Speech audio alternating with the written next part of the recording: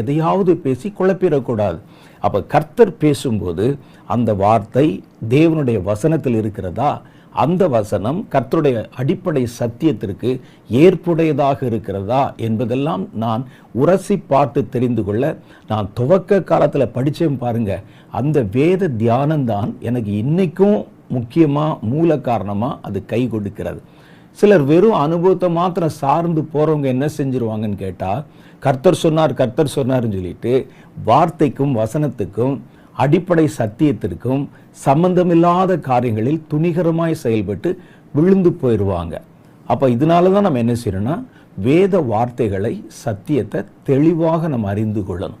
எப்படி ஒரு மனிதனுக்கு ஆகாரம் முக்கியமாக இருக்குதோ, சாப்பாடு முக்கியமாக இருக்குதோ, அதே மாதிரி வேத தியானம் என்பது உங்கள் ஆவிக்குரிய வாழ்க்கைக்கு, உங்கள் ஆவிக்கு இன்றியமையாத முக்கியத்துவம் வாய்ந்த ஒரு உணவாக இருக்கிறது.